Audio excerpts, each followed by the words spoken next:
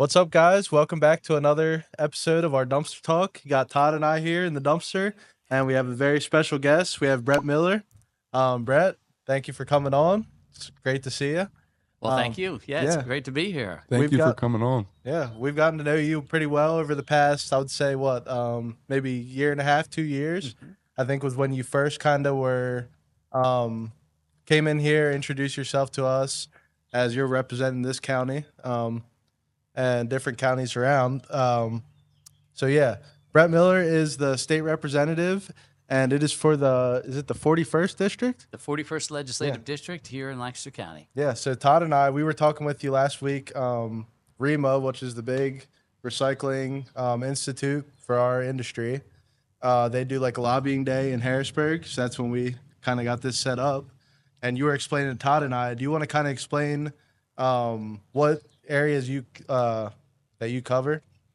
Yeah, happily. The 41st District is comprised of East Hempfield, West Hempfield, Mountville, Columbia, where we are, and a portion of Penn Manor. So in that boundary is 64,000 people, and there's of course 203 state representatives in Pennsylvania, and each one has about 64,000 people. So that particular boundary is all enclosed in Lancaster County, and makes up the 41st District. That's awesome. That's a lot of people for sure. You bet. Yeah, thank you again for coming on. We usually start off the pod with kind of like a background, kind of introduction about yourself so the viewers could kind of get an idea who Brett Miller is. Okay. Well, let's see. I live in East Hempfield Township, where I was a township supervisor for 9 years. But prior to that, my full-time work was I was a middle school guidance counselor. I worked for 4 years at Garden Spot, and then at 22 at Warwick for our seventh and eighth graders, and I absolutely loved it. Just loved working with the young people. I was able to coach them wrestling, coach them track, chess club, different things. Just love being a part of the young people's lives and trying to help them out. And during that time, I got involved in the political process locally, and was involved with helping to get people elected and so forth. So I was doing that, and then someone said to me that I should consider running for state representative. I had never in my entire life ever dreamed of it. I had been one who was voting. I was interested in political issues, and I did vote, certainly, but and I was helping others run for their campaigns, but I had never myself ever one time thought about it. Until someone said, you should run for that. And so one thing led to another, and then I ended up running for township supervisor, which I won 3 times and served in that capacity. East Hempfield had about 23,000 people at the time.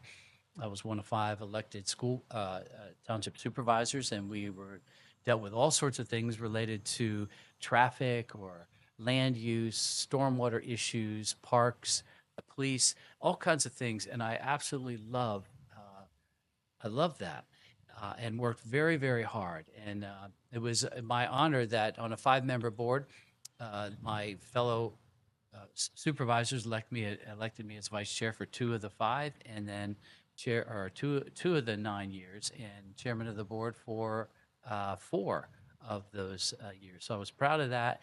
And then this seat opened up, and so I stepped forward and I ran and I won, and now I've won my 6th term, serving in my 11th year. So that's kind of my life story. Yeah. Congrats. That's awesome. Yeah, proud of that, and working very hard. And it's an honor to be able to be elected as state rep. What motivated you to run for office? And then how did your background as a counselor kind of shape your approach to, as you are today, representative? Well, motivation, I just want good government. I want people who are going to serve and who aren't in it for themselves, who aren't in it for fame and fortune and all that. Those motivations are really not helpful. And having been involved now for these 11 years, I get to see it more closely, some of the pitfalls. You might have seen the Lord of the Rings, the movie, and the Ring of Power. Yep. There's a lot of pitfalls up in Harrisburg, whether it's money, whether it's prestige, whether it's power, and that sort of thing. And being outside, you get to see some of that, And now being on the inside, you get to see some of it as well. My motivation is just to serve. I don't really, I just was never in it for anything else other than to serve and to do my best by way of the people. And and the second part was advice for people who might want to get into. Yep. I would say for anyone who's on the outside, first of all, know your government, know your history, know that it's all about that the government of Pennsylvania is not about state reps or senators or governors or that sort of thing. It's about the people. It's always about the people. And whether or not you're elected really makes no difference. The government of Pennsylvania is the people. So the power resides with the people. And I would say, by way of advice, that people should know their power. They should be involved, and they should make sure they vote, number one. And then they should absolutely consider giving that feedback that, hey, I don't like this idea, or I really like this idea, and here's how this bill is affecting me or has affected me, that sort of thing. So give that feedback, and then finally consider running for office. You know, whether it's school board, township supervisor, borough council, some office, county position, or state position, federal, you name it, because this is our government. Yeah. I remember you saying last week about like the first election you had as for borough. Well, it was for a Republican committee man at that for time. committee man. Yeah. And you said the first one that you ran in your first election, you had lost. Yep, by 3 votes. Yep. And you said that was that's what kind of got you hooked. Yeah. Well, I don't know if it got me hooked. Or it got you. Because I was interested motivated ahead you. of time, but I recognized that elections are won or lost, of course, by people and people coming out to vote. And the one thing that I would often say to people is, I can't appoint myself. That and whoever serves at the consent of the governed. So the people have to make the decision, and they're the ones that have a right to know the candidates, know where they stand, and then they have to take the effort to come out and vote. Yeah. For sure. What is the importance to vote? I know you made that pretty clear since the first day we met, especially us young people. What is the importance to vote? Well, here's the importance to vote, that ideas have consequences. And someone is going to be in that seat of borough council, school board, or state rep, you name it. Someone's going to be in that seat and have the authority to cast a vote. And that vote is representative, best to our system allows, of the people back home. So the importance of voting can't be underestimated. That if things are going well, it just didn't happen. There are ideas that help produce that. Or if things are going poorly, it just didn't happen. There are ideas that help bring about the poor conditions or whatever. So get involved, realize the power that you have. I would say also realize the price that was paid to give you that right to vote. That was not, it just didn't happen. A lot of people paid a big price for that to happen. And so take that responsibility and vote. Yeah, it's very interesting talking to people because, like, a lot of people complain about certain things, but then if you ask them if they voted, 9 times out of 10, they usually say no. And I'm not going to say that I'm the best at voting, but definitely since we met you, it definitely just kind of opened my eyes to the importance. Like you said, there's 64,000 people that you're covering. So all 64,000 of those people have a voice, and it's important to get those out there when the time comes. Yep, you bet. Yeah, that's true. If you want, you got to find the politicians that kind of align with what you feel. And yeah, if you want that to happen, you really do got to vote, or you can't really complain. That's right. Yeah, I had one guy one time say to me, he goes, "Oh yeah, they're all crooks. They're horrible." He goes, "I know how I'm going to fix them. I'm not going to vote." Yeah, it's like, no, that's exactly the wrong way to approach it. Yeah. It should in fact be the exact opposite. Get involved. Vote. Yeah. What has been kind of like the most rewarding part of serving the 41st District? You said it's your 6th term now. Yeah. So what's kind of been most rewarding to you and brings you the most joy? The thing, without question, is when I get to help people. That is the absolute best part of the job. I mean it. There's a lot of stuff we do by way of going to Harrisburg and voting and bills and all that. But the the best part is when I get to help people. People come to the office, they have problems with some Department of Revenue or a problem with PennDOT or something. They're calling, can't get someone on the phone.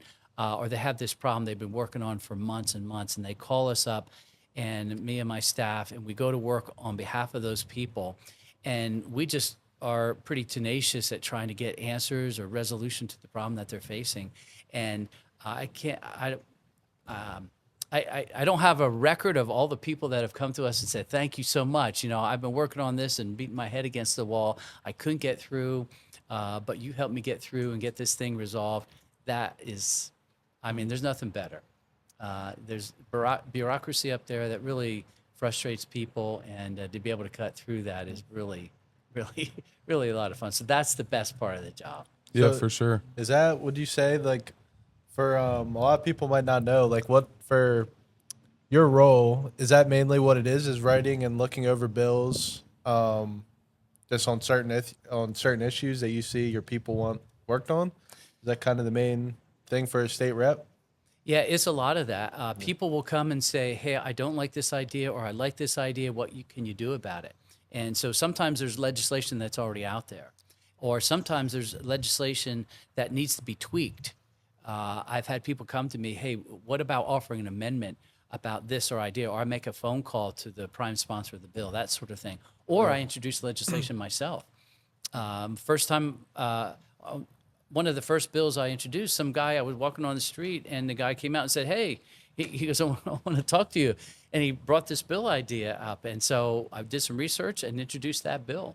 Got to pass out of committee, got to pass out of the House several times, and then it stalled in the Senate. And so I'm still working on that bill. But that's how things work, just by studying the issues. And that's a lot of what it is. But a fair amount of this job also is people having problems with our state government. They have questions, they need information, or they have troubles that we try to work with it. So I'm not sure if it's both. A lot of the work that we do that gets headlines is the bill side of it. Yep. And that's where some of the fireworks are and the press. But I'm not sure if that's like a 50-50 scenario, both the constituent and the bill work. It's, you know, how it works. Yeah, it was. Sorry, you go. Are you able to talk about any, like, a bill that you've done since you've been in office that you've seen kind of that really just you feel really proud about or anything?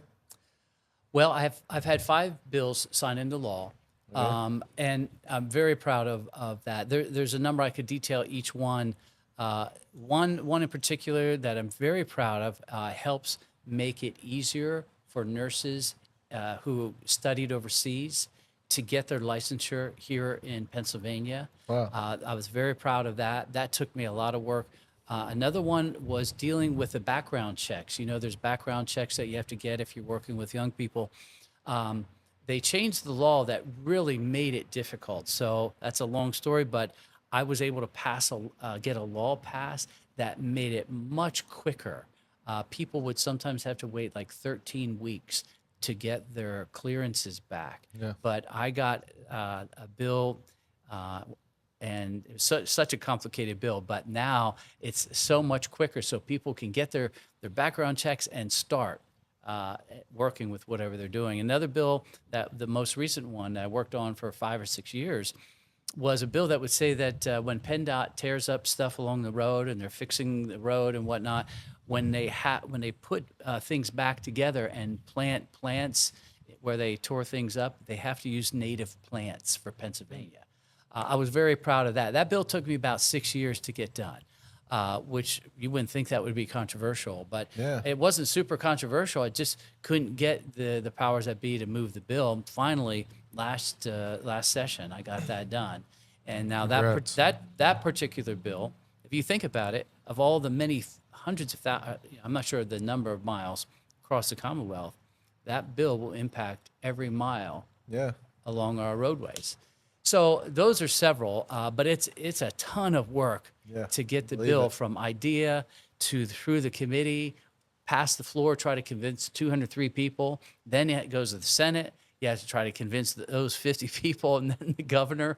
Yeah. It's quite an arduous situation, and to get a bill done is a proud thing for me. For sure. We got a little sneak peek. I think it was 2 years ago now when you gave us a tour up at the house. I think you actually had some of those bills on your wall Yep. in your office. That was really eye-opening to me because first we could see kind of like how much pride you have in the place. Like you gave us a very good tour, and I've never been there before. So it was awesome. But we definitely could see how busy your job is. I don't think a lot of people notice how busy it actually is. Number one, how do you kind of balance like your work life versus your personal life? And do you have any like favorite hobbies that you kind of go to when things are getting maybe frustrating or a little hectic? A good question.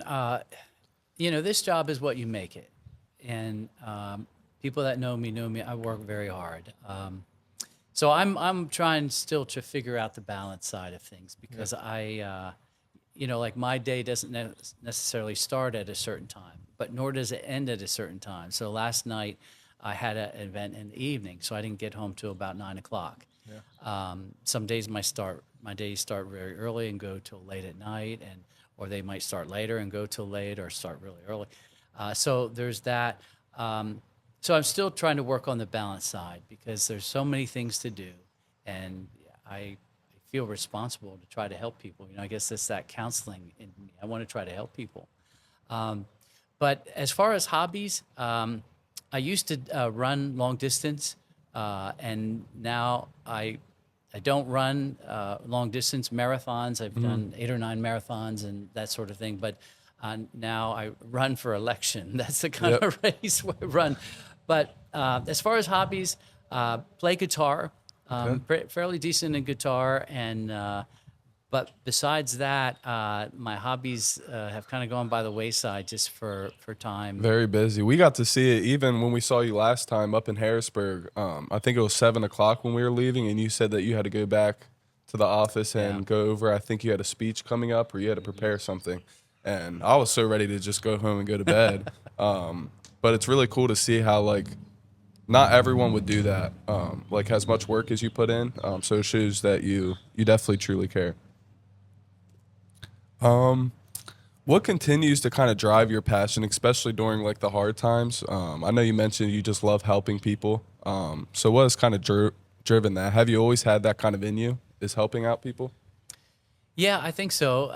I just, it's funny. I look back now, when I was in school, they have student government, and I ran for classroom representative, to represent. Then I ran for, which I was elected for that, and then I ran for class president in my school. So I was class president in my school my sophomore, junior, and senior year. I was vice president of student of National Honor Society as well. So I guess I just kind of gravitate to just trying to help make sure we have a good thing going on in our class, which I did back in the day. And so that just continues to motivate me, try to help people, try to make things better. This is our community. This is our government. And I like people. I like talking to people. I like listening to people. It comes natural to me to listen and try to understand. And you guys, I think, could attest to that. When you gave me the tour of your facility, and up there when they had the event, I'm asking questions. I want to understand all the issues. So that's still what it is. I want to understand what it is you're facing, what are the challenges, what is blocking you guys from being successful. And no matter what the issues are, that's what I try to do. For sure. What do you think the importance is for young people to try to get more involved in the community? Because it sounds like you've been involved with something pretty much your whole life. What is the importance of that? Because I feel like definitely the volunteer work and is kind of dying down in our generation. So what do you see as the importance in that?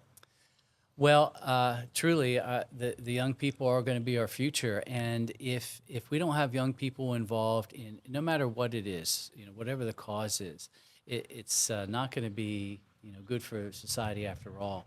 We're not going to be able to just legislate our way, pass some law, and that's going to fix things. It comes down to people.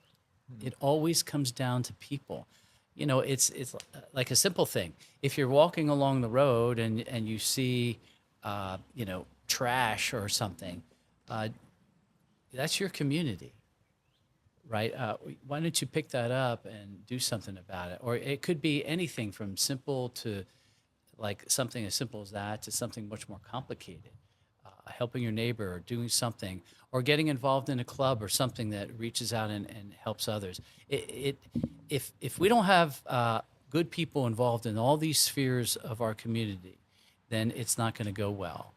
We just need people to get involved and look beyond themselves and see that they are a contributing member to our society and that they should step forward and do it. Yeah.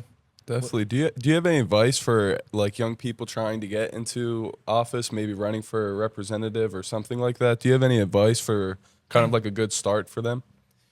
Yeah, I would say that what they should do, if they're depending on their age, is study hard, get good grades, and apply yourself. Be diligent.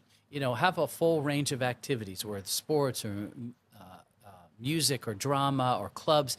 Get involved. Get involved with your student government, or if you're not an elected officer, participate. Help with the initiatives that they have. Do that. Study hard. Uh, you can't underestimate the value of an education. I know most people in their school, even me, are like, why am I learning this? It's like, I'm never going to use this in my life.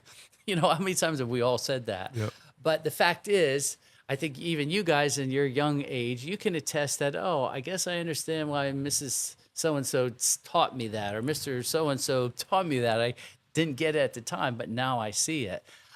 Study hard, prepare. It's going to benefit you sometime. And as far as running for office, I would say you can aspire to it. But one thing I've noticed is that aspiration or ambition can really destroy you. If your heart is not after serving, you can run, but if it's for the wrong reason, you'll be serving yourself rather than the people. And it always has to be about the people. So I would guard against just that raw ambition because it can destroy you, and let it be about service. And if you're not serving people back home, whatever you're doing, then when you get elected, you're probably not, you might be very much open to the temptation to go into the wrong side of what this can turn into. Yeah, I like the point that you said about the openness to learn. I have a funny kind of story. So my least favorite class in school was chemistry. I actually had it with Alex. And funny enough, we always would say, like, we're never going to use this stuff ever. And now we use it every day here. We have a gun that we put on metal, and it comes up with the percentages of the different material that are in there, and it's all from the periodic table. So it's just funny how, like, things that you think you're doing now in school, for instance, you think's dumb. You never know how it's going to kind of turn around and be used in your everyday life. Yeah, that's exactly right. It really does come back, and I'm sure that this will happen more and more in your lives as it does to mine to this day. Things come back to my mind that I hadn't thought of in a long time that I was taught. So yeah, so people should apply themselves. For sure. Do you I feel like we're a little biased to this area. Obviously this is where we grew up and stuff. But I feel like you have like a very great area to serve, and Columbia included in that. What is kind of your favorite part about the area that you get to serve in? Well, one thing about me is I try to be everywhere, whether it's here, Mountville, East Hempfield, West Hempfield. I try to be everywhere that I possibly can, whether it's related to the schools, related to business, whether it's related to the ag community, any sort of thing. I try to be there because I want to understand what's happening. What are the real issues that people are facing? What are the challenges that they're facing with regard to business and that sort of thing? Because if I better understand it, then I can better represent. So as far as favorite, I can't say necessarily that Columbia is my favorite or West Hempfield or East Or no, Hempfield. I guess maybe I asked it wrong. Like, what's your favorite part about this whole area as a group that you get to represent? Well, or is it just maybe just that community of it all? Kind of. it's the community. The people in this area, like there's a lot of just regular, down to earth people, Yeah. and that's how I see myself. I'm nothing fancy, I wear this because of respect for the position, but I'm just a guy, and the people, by and large, are just salt of the earth, regular people, hardworking. They want to go to work, put in a good days of work, come home, take care of their families and all that, and just good salt of the earth people, honest people, and that's what I like about it. Awesome. The Columbia people, which is new because of the redistricting. To me, I've just fallen in love with the people of Columbia. They're just humble, wonderful people. You got But you got a good town. yeah, Yeah, it's amazing You guys are probably place. a little bit biased, I think, but the whole community is a similar way. Yep, Yeah. for sure. Do you have any major goals that you would like to see happen in the next 3 to 5 years? Like whether it's a bill that could be passed to help your constituents. Do you have any major goals that are kind of in your head? Well, as far as major goals, I know one bill I've been working on for I think like 9 years, and that's a pension fee transparency bill. Every state has a pension for their workers. Our state does, and they invest in various things. One of the big things for me is to make sure that those fees are transparent, because if they're not transparent, then we can end up paying more in fees and making our pension fund weaker. I've been working on that for 9 years. I've gotten that bill passed the committee in the House multiple times. I just have not been able to get it across the finish line. So that's one of my goals. I'm still working on in particular. But all the legislation that I introduce is important to someone. And so because of that, I work the legislation that I have very hard to try to see it get across the finish line. So as far as major goals, my major goal is to just keep serving, keep humble, and working for the people, and then to try to advance the legislation that I think will help people the best for this area. Yeah, that's really eye-opening. Like 9 years on a bill. A lot of people see bills being passed, but they don't know kind of like the grunt work behind. Like 9 years ago, I was 13. So that's just like to put it in perspective. That's very crazy. Yeah.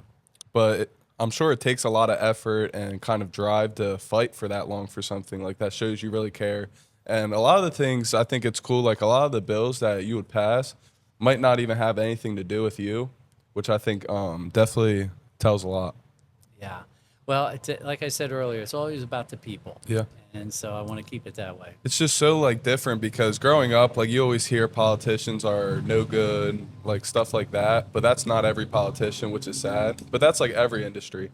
But it was great you're the first representative I ever met. So I don't think could have met a better first one. So Well, thank you. we appreciate it. Yeah, there are some really good folks out there, but we can all watch the news or hear the stories about some that maybe get in trouble, break the law. Sadly, it's happened through our years here in Pennsylvania and across the nation. Yeah, it's sad. My mom always told me growing up, I know you're watching, hello. She always got scared that I'd go into politics because she feels like they're just scrutinized for no reason sometimes. But it's definitely something that is very interesting, especially when you have such a like a community, like a love for your community. I think it would be an interesting thing to kind of go into. Yeah. Well, you never know. Maybe one day. I told you guys, I say you never know what's going to happen. Like I said, I had no idea I would ever get involved in the state house or any sort of political position, township supervisor. And then next thing you know, here I am. So I'll be keeping an eye on you guys. Yeah. Sounds good. Perfect. Sure. Well, do you have anything for us at all? We always wrap up with a finale question. But if you have anything for us, we can kind of hold off on that. I don't have anything offhand other than what I've said, but I appreciate you guys. I appreciate how hard you work here. You've explained to me what you do, and I find this very interesting. But you guys, like I've said to others, how do you eat an elephant? One bite at a time. And how do you make it for a good society? One person at a time. So you guys are getting up, coming to work, doing your job, doing it well, and you don't think about it, but you're contributing to Pennsylvania. And for my part, I just want to do my part. That's all I can do. I have to answer for myself, and I have to answer to the people. And I hope that they could say, you know, I think he's done a good job. I may not have agreed with him on everything, but he's worked hard, and he's done the best he could. I mean, I couldn't ask for anything more than that from my own self, and that's what I want to keep doing. And that's what I know you guys will keep doing too in your respective jobs and what you're doing. And then together, just because I have the title of state rep, okay, I'm very honored by that, but it doesn't go to my head. We're in this together, and we're working together to try to make Pennsylvania a better place. So Sure. That's I awesome want to to hear. keep going, and I want you guys to keep going too. We Yes, sir. appreciate And that. get man. out there and vote. Yeah. Yes, Isn't that's it, right. It's November. Is it November 4th? I think it's November 4th or 5th. I have to look at my calendar, but Yeah. May 20th. May 20th, Is too. the primary coming up, and then November 4th or 5th. I can't remember. Yep. Perfect. Get out there and vote. So our finale question always is, what advice do you wish someone gave you back when you were 22, 23, kind of starting off your career? Oh boy, what advice? I think I would say that the advice that I was given is still the same that I would offer today. That is, do the right thing, because what you do is like planting a seed, and then eventually that will bear fruit.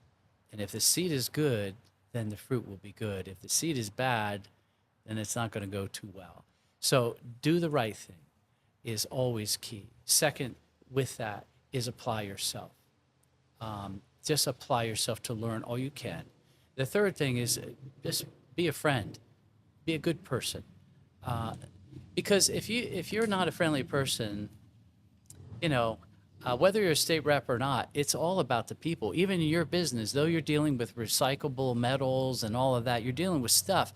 But at the end of it, it's people, right? Yeah. And if you don't deal well with people, you're going to have a problem in your business. So do the right thing, apply yourself, and be friendly. Be a good person in what you do. So those would be the areas of advice I'd offer. We appreciate that. That's great advice, for sure. Well, we appreciate you taking the time to come on. I know you have a crazy schedule, but we are definitely looking forward to this one. So thank you. Well, you're very welcome. I thank you both for having me on here. I appreciate it very much. And we'll just all three of us, keep working for the people. Yes, sir. Sure, we will. It all starts with people. Thank you guys for watching. Thank you again for coming on, and we'll catch you guys on the next episode.